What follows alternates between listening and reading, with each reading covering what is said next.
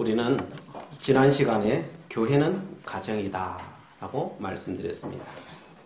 가정은 어떤 규율이 있는 것이 아닙니다. 규율이 있다면 오직 사랑과 용서의 규율밖에 없습니다. 가정은 이 두 법 외에는 필요가 없습니다. 그런데 오늘날 많은 교회들은 많은 법들을 필요로 하고 있습니다. 이게 정상일까요? 이게 정상이 아닌 거죠. 이렇게 가기 시작하면요, 이스라엘처럼 돼요. 이스라엘이 율법이 몇 가지였어요? 613가지가 되어야 되는 거예요. 그래서 예수님께서 이 땅에 오셨잖아요. 그 법을 다 폐지하러 오신 거예요. 무슨 법만 남겨두고요? 사랑의 법과 용서의 법만 놔두고 다 없애버리셨죠. 그런데 오늘날 교회들은 다시 그 법을 가지고 오려고 하고 있어요. 그래서 우리가 회복해야 될 것은 사랑의 법과 용서의 법을 우리 안에서 회복하는 일. 이것이 오늘날 우리가 다시 일으켜야 될 법인 줄 믿으시기 바랍니다. 이렇게 되려면은 그냥 아무나 이런 공동체가 만들어지지 않아요. 그래서 이 법을 만들 수 있는 사람은 아이들이 이 법을 만들 수가 없어요. 그래서 누가 만들어야 된다고 했습니까? 부모가 만들어야 돼요. 이 법을 만들 수 있는 것은 장성한 분량에 이르는 부모라야만이 이 법을 만들고 실행시킬 수가 있습니다. 그래서 우리의 기도는 아버지, 내가 장성한 분량에 이르는 부모가 되게 해주시옵소서. 우리가 이것을 놓고 기도해야 합니다. 주님께서는 그래서 제자들에게 저번 시간에 이야기했듯이 믿음을 키우라고 말하는 거예요. 여기서 믿음은 나를 믿어라, 이 수준의 이야기를 하는 게 아니에요. 너 스스로 서라는 거예요. 예수 없이 서라는 것이 아니라 나를 믿고 내가 눈앞에 안 보여도 너 스스로가 설 수 있는 존재가 되라는 거예요. 예수님께서 변화산에 가버리면은 아무 역사도 일으킬 수 없는 그런 제자가 되지 말고 내가 변화산에 가 있든지 내가 너희 옆에 있든지 언제나 하나님의 역사를 이 땅에 일으키며 살아갈 수 있는 그런 존재가 되라는 거예요. 그러려면은 있든지 없든지 주님을 믿는 그 믿음이 거기에까지 자라나야 되는 거예요. 주님께서는 지금 그것을 이야기하는 겁니다. 그러나 그 당시에 그 야단을 맡고 있었던 그 제자들은 어떤 생각이 들었겠어요? 주님, 저는 나름대로 열심히 했어요. 나름대로 나도 하려고 노력했는데 안 되는 거 어떡해요? 이게 그 당시의 제자들의 모습이에요. 지금 제자들은요, 말 못하는 귀신 들린 아이를 고쳐보려고 했다니까요. 안 하려고 한 게 아니에요. 했어요. 노력을 했는데 안 된 것뿐이에요. 안 되어도 포기했느냐? 그게 아니고요. 서기관들 불러놔 놓고 이 문제가 뭔지 문제를 파악했다니까요. 아무리 파악을 해도 안 되는 건 안 되는 거예요. 그게 제자들의 지금의 현실인 거예요. 이 정도 제자들이 인간적인 노력을 기울였으면 예수님 찾아오셔서 야, 참 잘했다. 그 정도로 한 게 어디니? 그러면 막 칭찬해줘야 될 거 아니에요. 그죠? 그런데 예수님 칭찬하느냐? 아니에요. 칭찬하는 게 아니라 도리어 이 믿음 얻는 것들아. 그러면 야단을 친단 말이에요. 이게 우리가 이해가 안 가는 부분들이죠. 왜 책망하십니까? 일반 성도가 그러고 있으면요, 예수님이 야단을 안 쳤을 거예요. 일반 사람들이 예수님을 아파서 찾아온 사람들 치고 예수님이 야단 친 적은 한 번도 없어요. 그냥 오는 거대로 고쳐주시고 그냥 돌아가라고 했지 한 번도 야단을 안 쳐요. 그런데 야단을 맞는 이유는 그들이 제자였기 때문에 그래요. 제자였기 때문에 야단을 맞는 거예요. 제자들은 수많은 시간 동안 예수님을 따라다녔어요. 예수님의 말씀을 들었어요. 그럼에도 불구하고 그 말씀을 듣고도 실행하지 않는 거예요. 살지를 않는 거예요. 제자기 때문에 야단을 맞는 거예요. 야단을 치는 이유는 이제 예수님은 곧 십자가에 달리실 거예요. 며칠 안 있으면 달릴 거예요. 그런데 지금 안 되는 거예요. 제자들이요. 예수님의 마음을 이해하시겠죠. 지금 시간은 얼마 안 남았는데 나와 함께 있을 시간은 얼마 안 됐는데 이제 제자들이 스스로 서야 되는데 스스로 못 서는 거예요. 예수님 마음은 얼마나 안달복달했겠어요. 근데 제자들은 또 그걸 알아요.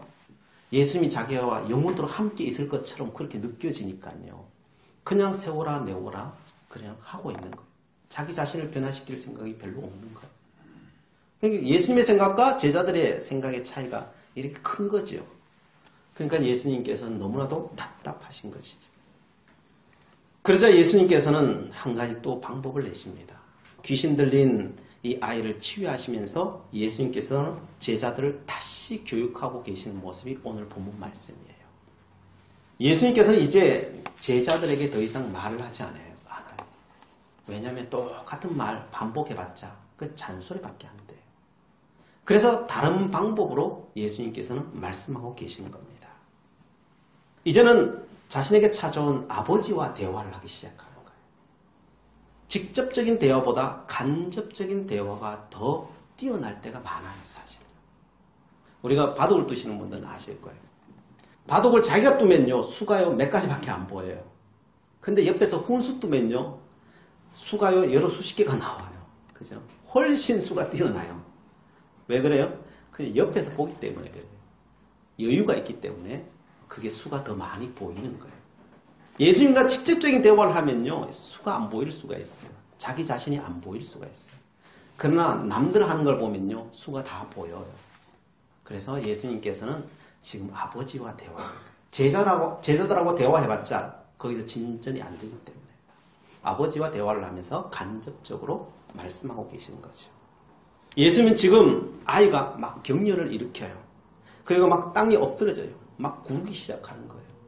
그리고 거품을 흘리고 아이가 막 그냥 숨이 넘어갈 정도의 수준이 되었어요. 그래도 예수님은 눈 하나 깜짝하지 않고 그 아버지와 대화를 합니다.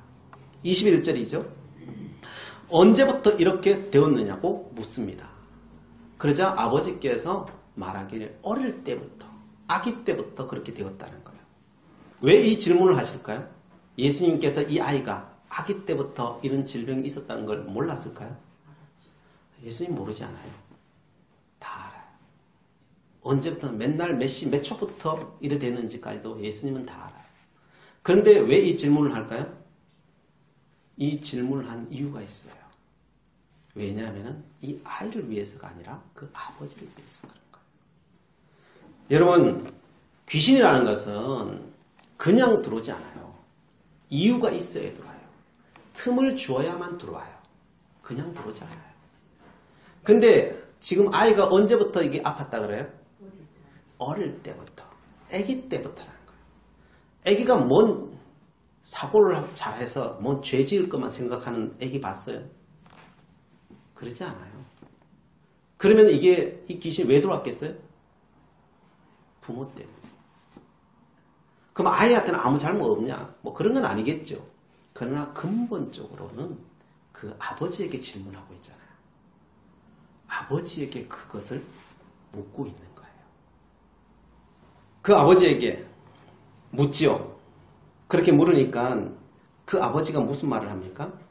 무엇을 하실 수 있거든 우리를 불쌍히 여기서 도와주소서라고 말을 합니다. 이 말을 하니까 주님께서 막 야단을 치셔요. 왜 야단치겠습니까? 그 말에, 사람은 말이에요. 그 사람의 말이에요. 그 사람의 그 말 속에 부정이 들어가 있어요. 주님 앞에 치료받으러 와가지고 고칠 수 있거든 고쳐주세요. 기본적으로 이 사람의 언어에는 부정성이 들어가 있는 거예요. 되든지 말든지. 오기는 왔지만 그 부정성이 그 사람의 말에 들어가요. 이 사람의 삶을 볼 수 있는 거예요. 이 사람은 기본적으로 그 부정성이 그 속에 가득 들어있는 사람이에요. 왜 들어왔는지는 알지를 못하지만은 그 사람의 패턴인 거예요. 늘 부정성이 먼저 들어와서 살아가다 보니까요. 그 아이를 대하든지 누구를 대하든지 어떻게 대하겠어요? 늘 부정적으로 대하는 거예요. 그 부정성이 그 아이에게 틈타 들어온 거예요. 그래서 아이 때부터 이 아이가 병들어 버린 거예요. 그러면 그 책임 누구에게 있겠어요? 그 책임은 그 부모에게 있는 거예요. 아이에게 없다는 게 아니라 그것이 그 근원이 아버지에게 있다는 거예요. 그 근원이. 그래서 부정은 부정을 불러오는 거예요. 부정적인 말을 하면 부정적인 것이 이루어져 버려요. 긍정적인 말을 하면요, 긍정적인 것이 내게 돌아오는 거예요. 그래서 내가 무슨 말을 하느냐가 그게 나가 되는 거예요. 예수님은 지금 그걸 그의 아버지에게 이야기하고 있는 거예요. 우리는 긍정보다가 부정적인 세상에 살고 있어요. 사람을 보더라도 장점을 보기보다 단점이 먼저 보이는 것이 우리의 눈과 생각이에요. 우리는 그것이 당연한 것으로 생각하고 우리는 살아가고 있어요. 어릴 때부터 그렇게 살아왔으니까요. 뭐 그게 당연하지 이렇게 생각해요. 그러나 당연한 게 당연한 게 아니에요. 그러나 이것이 우리의 시험이에요. 이게 한평생 우리의 시험이에요. 하나님의 영광은요, 이 땅의 시험을 통과한 사람들에게 주어지는 게 하나님의 영광이에요. 우리는 날마다 이 땅에 시험을 치르고 있어요. 그것을 오늘 본문에서 계속 이야기해 주는 거예요. 예수님께서는 지금 변화산에 올라가셨어요. 그리고 내려오셨어요. 제자들은 변화산에 영원토록 있고 싶었어요. 그러나 예수님은 무슨 말씀하십니까? 아니다. 내려가자 라고 이야기합니다. 우리는 영광을 보고 살고 싶지요. 근데 예수님은 내려가자는 거예요. 왜요? 그 영광은 이 부정적인 세상을 믿음으로 시험을 이기며 살아가는 사람에게 주어지는 게 그 하늘의 영광이에요. 그런데 영광은 좋고 이 땅에 삶 살아가는 것은 싫은 거예요. 그게 우리의 현실이에요. 그래서 주님께서는 이 땅으로 내려가야 된다는 거예요. 이 땅에 내려가서 이 부정적인 세상 속에서 믿음으로 너가 살아갈 때 그 하늘의 영광이 온다는 것을 지금 이야기해 주고 있는 거예요. 우리에게. 목적을 이끄는 삶이라는 책을 쓰는 릭 워렌 목사님은 이렇게 이야기합니다. 인격은 시험에 의해서 개발되어지고 다듬어지어집니다. 삶의 모든 영역이 시험이고 우리는 항상 시험을 받고 있는 것이다. 하나님은 사람, 문제, 성공, 갈등, 불의, 병, 그리고 심지어 날씨에까지 반응하는 우리를 항상 지켜보고 계신다. 라고 말할 거예요. 세상에서 일어나는 알 수 없는 수많은 일들, 여기에 대해서 우리가 어떻게 반응하고 있는지 하나님은 보고 계시다는 거예요. 이런 것입니다. 하나님은 아브라함에게 아들을 바치라고 말도 안 되는 것을 요구하십니다. 이게 시험이에요. 이게. 야곱은 사랑하는 아내를 얻기 위해서 7년을 더 고생해야 돼요. 자기가 원하지도 않았는데 그 고생해야 돼요. 요셉은 아버지 곁에 영원토록 있고 싶었는데 애굽에 가가지고 노예가 되고 또한 죄인이 되어서 감옥에 갇혀요. 자기가 원하지도 않았는데. 여기에 대해서 이들은 믿음의 조상들은 어떻게 반응합니까? 이걸 원망합니까? 원망하지 않죠. 말도 안 되는 이야기 앞에 원망하지 않아요. 그것을 묵묵히 살아내지요. 믿음으로 살아내지요. 그 끝에 뭐가 옵니까? 아브라함은 12개의 아비가 되어버리죠. 야곱은 12지파의 아비가 되죠. 요셉은 애굽의 총리가 되고 2지파의 조상이 되죠. 가만히 있어서 그들이 이 복을 받아낸 게 아니에요. 우리는 믿음의 선진들이 믿음의 성공한 이야기를 듣기는 좋아해요. 그 결과가 내 것이 되기를 원해요. 그러나 그들이 겪었던, 그들이 겪고 나갔던 그 고난의 길에 대해서는 우리는 하질 않기를 원해요. 그러나 믿음의 선진들에게 닥친 일이나 우리가 날마다의 삶 속에 부딪히는 일이나 다를 바가 없다는 거예요. 그냥 똑같다는 거예요, 사실은. 그리고 하나님은 거기에 우리가 어떻게 반응하고 있는지를 보고 계시다는 거예요. 우리는 이 땅의 삶 속에서 갈팡질팡하는 거예요. 누구처럼요? 오늘 찾아온 귀신 들린 아이의 아버지처럼 갈팡질팡하고 있는 거예요. 표대를 잡지 못하고 있는 거예요. 우리는 여기에 대해서 예스 아니면 노 해야 되는데 예스도 아니고 노도 아니고 이렇게 살아간다는 거예요. 그래서 고린도후서 1장 20절에 이렇게 말합니다. 하나님의 약속은 얼마든지 그리스도 안에서 예가 되니 그런즉 그로 말미암아 우리에게 아멘하여 하나님께 영광을 돌리게 되느니라. 우리는 모든 순간에 예스 해야 되는데 예스 못하고 있다는 거예요. 왜 예스를 못할까요? 문제를 문제로만 바라보고 있기 때문에 그래요. 아브라함이 아들을 바치라는 말에 우리는 이성을 총동원해서 이게 논리적인 게 뭔가를 찾아내려고 하고 있는 거예요. 여러분, 논리적인 것을 따라가면요, 열국의 아비가 못 돼요. 우리는 어떤 일이 생기면요, 내 생각을, 내 논리를 따라가면 안 돼요. 내 생각을 버리고 하나님의 말씀을 따라 살아가야 돼요. 내 생각은 나를 수도 없이 속일 수 있어요. 이거 기억하셔야 돼요. 어떤 문제든지 모든 문제는 사실은 하나님의 부르심이에요. 하나님만 바라보라고 하시는 하나님의 부르심이에요. 거기에 내가 어떻게 응답하느냐는 것은 내 신앙이에요. Yes, No. 내가 결정을 해야 돼요. 사도 바울은 말합니다. 예수 안에서는 어떤 문제도 문제가 아니라는 거예요. 모든 것이 다 복이 될 수 있다는 거예요. 그리스도 안에 다 복이 된다는 거예요. 하나님의 약속은 얼마든지 그리스도 안에서 이해가 된다는 거예요. 노가 되지 않는다는 거예요. 다 이해가 될 수 있다는 거예요. 이해가 되려면 내 믿음이 있어야 되는 거죠. 볼 수 있는 눈이 있어야 되는 거죠. 그래서 예수님의 눈으로 보라는 거예요. 자기 십자가를 지면 예수 안에서 노는 결단코 없다는 거예요. 예수님께서는 아버지에게 어떤 말씀을 하십니까? 23절에 이렇게 말씀하죠. 함께 읽어보겠습니다. 시작. 예수께서 이르시되 할 수 있거든이 무슨 말이냐?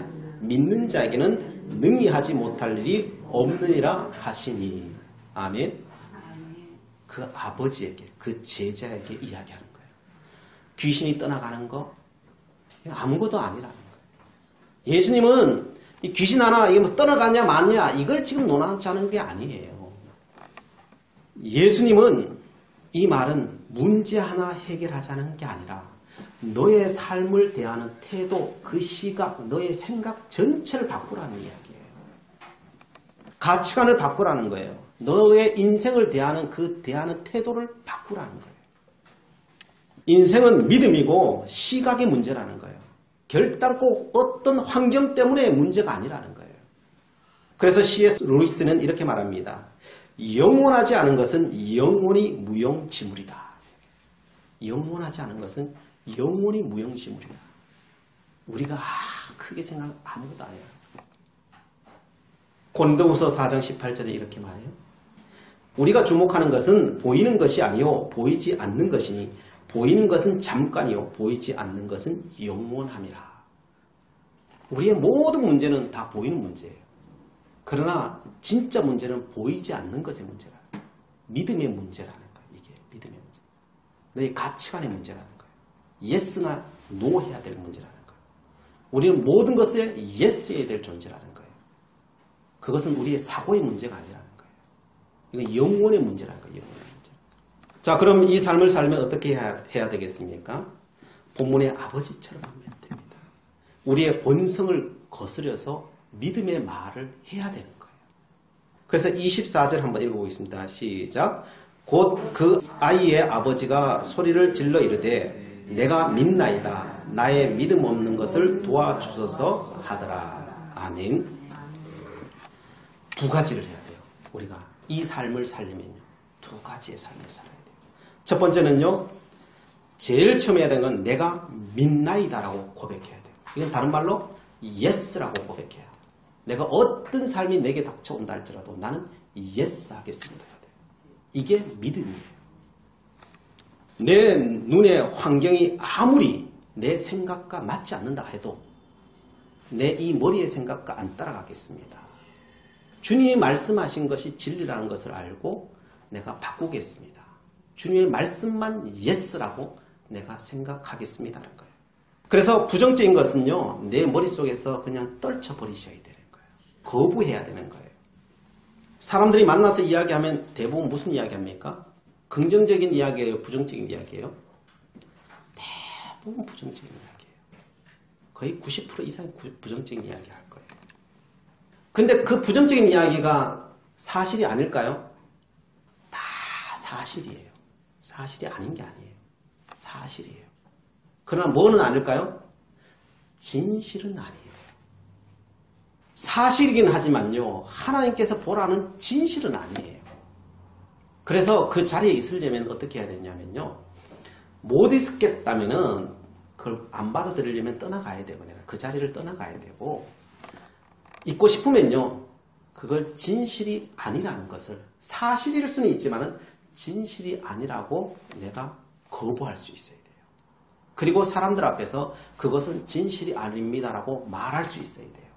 그래야 그 자리를 변화시킬 수 있는 사람이 되는 거예요.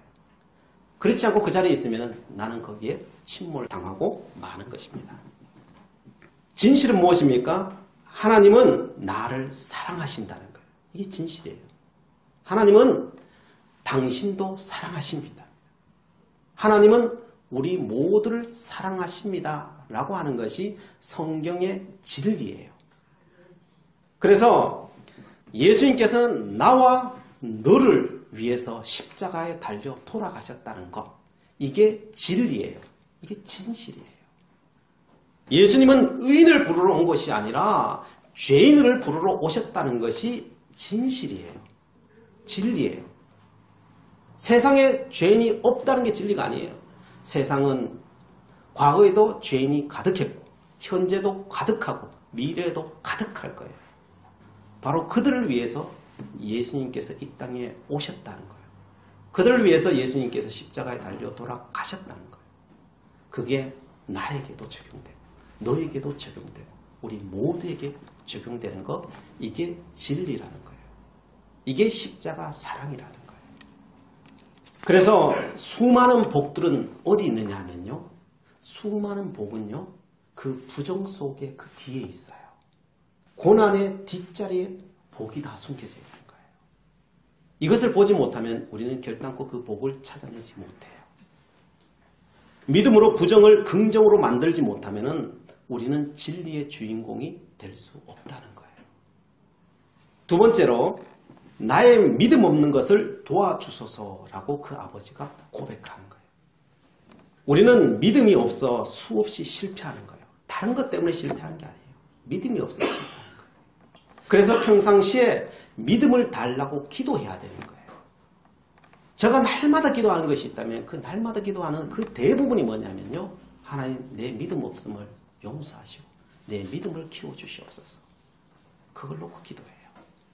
사도 바울이 개척한 교회들마다 성도들마다 부탁한 기도가 있어요.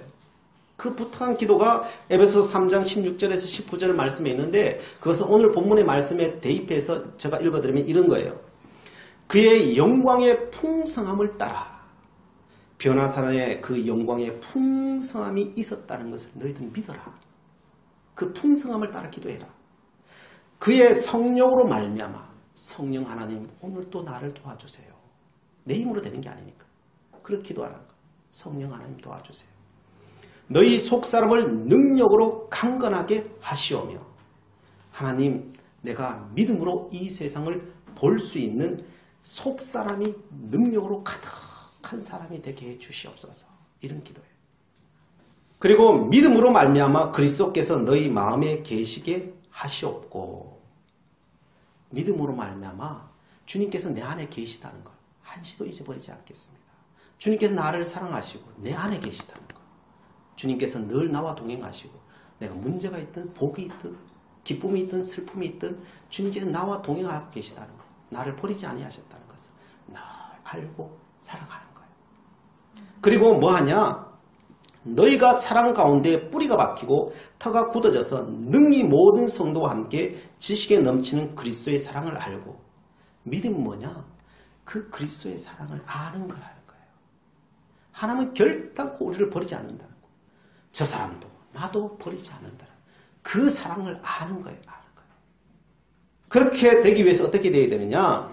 그 넓이와 길이와 높이와 깊이가 어땀을 깨달아 하나님의 모든 충만하신 것으로 너희에게 충만하시기를 구하노라. 하나님 이 터가 점점 넓어지게 해주세요.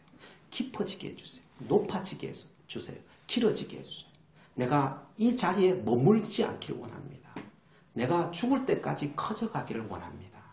내가 아기에서 형제에서 부모로 커져가는 믿음의 사람이 되기를 원합니다. 이것을 위해 기도하라는 거예요. 평상시 우리는 계속 기도를 합니다만 믿음과 사랑이 날마다 커지기를 위해서는 기도를 잘 안 해요. 하나님 이거 들어주시고요. 저거 해결해 주시고요. 이거 만들어 주시고요. 이 기도는 우리가 하지만은 이 기도보다 더 해야 될 것이 있다면 사도 바울은 이 믿음의 기도를 위해서 하라는 거예요. 이 사랑의 기도를 위해서 하라는 거예요.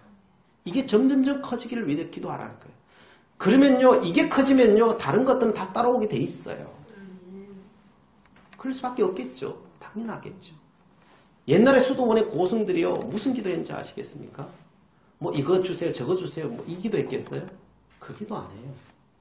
필요하면 또 하겠죠, 그죠? 필요하면 또 하지만은 대부분의 시간 하나님 그리스도의 사랑이 내 안에 충만하게 해주세요. 그리스도의 믿음이 그 반석이 날마다 커지게 해주세요. 그래서 내가 흔들리지 않는 사람 되게 해주세요. 어떤 환경 속에서 내가 흔들리지 않고 그 그리스도의 사랑을 증거할 수 있는 사람이 되게 해주세요. 이걸 두고 계속 기도하는 거예요. 그걸 두고요 1시간이고 2시간이고 3시간이고 4시간 기도하는 거예요. 여러분. 뭐 다고 이거 기도하는 게 아니에요. 하나님 내 인격이 그릇이 아버지여 성령에 담을 수 있는 그릇이 커지게 해주세요. 이 기도하는 거예요. 예수님은 그 아버지를 통하여서 제자들에게 그 이야기 지금 하고 계시는 거예요. 하나님은 이 아버지의 고백을 들으셨습니다. 그리고 그 결과로 치유되는 것을 경험하게 해주시는 겁니다. 믿음은요, 여러분 고백이에요. 그래서 날마다의 삶 속에 너에게 주어진 그 모든 환경을 너가 어떻게 고백하시는가 하나님은 지금 우리를 보고 계시는 거예요. 그러나 고백이라고 다 똑같은 고백이 아니에요. 고백을 그렇게 시작하지만은 그 고백의 능력이 나타나는 것은요, 한참 후에요. 내가 커야 돼요. 우리가 중고등학생 되기까지도 수많은 시간이 지나야 되잖아요. 어른이 되려면 또 수많은 시간이 지나야 되잖아요. 그게 하루아침에 되냐고요. 날마다 밥을 먹어야 그걸 커진다니까요. 그걸 놓고 내가 날마다 기도해야 내가 장상의 분량에 이르는 하나님의 사람이 된다니까요. 그래서 예수님께서 뭐라고 말씀하세요? 계속 기도해라, 기도해라. 그것을 놓고 구해라, 구해라. 그런데 제자들은 날마다 저녁이 되면 굴굴 잠만 자죠. 안 구하죠. 그러니까 어떻게 돼요? 하나님의 역사는 드러나지 않는 거예요. 그러나 예수님은 그 밤에, 그 피곤한 밤에 밤을 새고 기도하시죠. 하나님, 하나님의 은혜를 내려주세요. 내 믿음의 그릇이, 사랑의 그릇이 커져가게 해주세요. 새벽에 일어나서 또 하나님 앞에 기도하죠. 하나님, 내가 하나님의 능력의 사람 되기를 원합니다. 하나님 앞에 그렇게 기도하죠. 그러니까 어떻게 돼요? 똑같이 그 귀신을 향하여서 외쳤는데 예수님은 그 즉시 떠나가지만 제자들은 수백 번을 해도 안 나가는 거예요. 왜요? 귀신은 영물이에요. 저 사람의 능력이 얼마나 있는지 알아요. 저 사람이 하나님 앞에 은혜를 얼마나 구했는지 누구보다도 잘 알아요. 구하지 않는 자, 인격이 성장하지 않는 자의 말은 결단코 귀신은 듣지 않아요. 그래서 역사는 일어나지 않는 거예요. 그래서 우리가 해야 될 것은요, 날마다의 삶 속에 믿음을 구하셔야 돼요. 하나님, 내가 믿습니다. 어떤 상황 속에서 예스 하겠습니다. 그리고 하나님 앞에 예스 해야 돼요. 사람 앞에 예스 해야 돼요. 고백해야 돼요. 예수 안에서는요, 다 예스예요. 노라는 건 없어요. 예스 하십시오. 예스 하는 그 순간 하나님의 은혜가 임할 것입니다. 그리고 하나님 앞에 구해야 돼요. 하나님, 내 믿음은 지금은 조그마해요. 안 돼요. 그러니 하나님 도와주세요. 하나님 은혜 내려주세요. 길을 가든지 누구를 만나든지 하나님 그 어떤 순간에도 하나님의 은혜를 구합니다. 하나님 도와주세요. 그렇게 살면은 여러분이 고백하는 그 순간순간마다 하나님의 은혜를 임합니다. 그리고 어느 순간이 되어서 나도 모르게 아픈 사람에게 손을 얹는데 나는 역사가 일어나는 거예요. 내 옆에 귀신 들린 자가 있으면 그냥 저절로 넘어지는 거예요. 그걸 구해서가 아니라 하나님의 은혜가 임하면 그 역사는 저절로 이루어지는 거예요. 그래서 다른 걸 구하지 마세요. 오직 주님만 구합니다. 오직 하나님만 바라보기를 원합니다. 그리고 오직 내가 믿음으로 이 땅을 살아내기를 원합니다. 여러분 그렇게 기도하시면 그 역사는 우리에게도 반드시 일어날 것입니다. 기도하시겠습니다. 사랑의 하나님, 우리의 입술에 권세가 있기를 원합니다. 진리가 숨겨진 이 땅에 진리를 볼 수 있는 눈이 떠지기를 원합니다. 믿음으로 기도하고 선포하는 가운데 하나님의 영광이 드러나게 하시고 생명의 역사가 날마다 일어나는 것을 보게 하옵소서. 저희들 이 사순절에 기도하기를 원합니다. 우리의 믿음과 사랑과 소망의 그릇이 날마다 커지기를 원합니다. 임자여 주시옵소서. 예수 그리스도의 이름으로 기도드리옵나이다.